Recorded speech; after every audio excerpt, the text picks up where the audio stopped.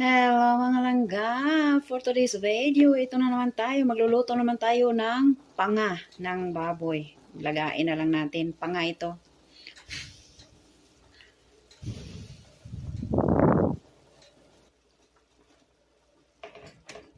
Patatas.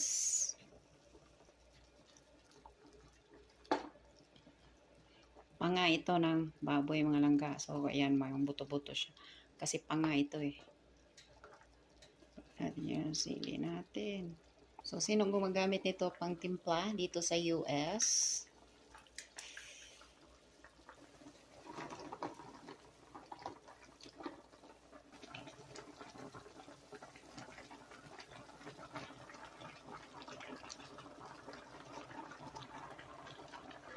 So, ayan ang mga langga. Luto na ang ating nilagang panga ng baboy.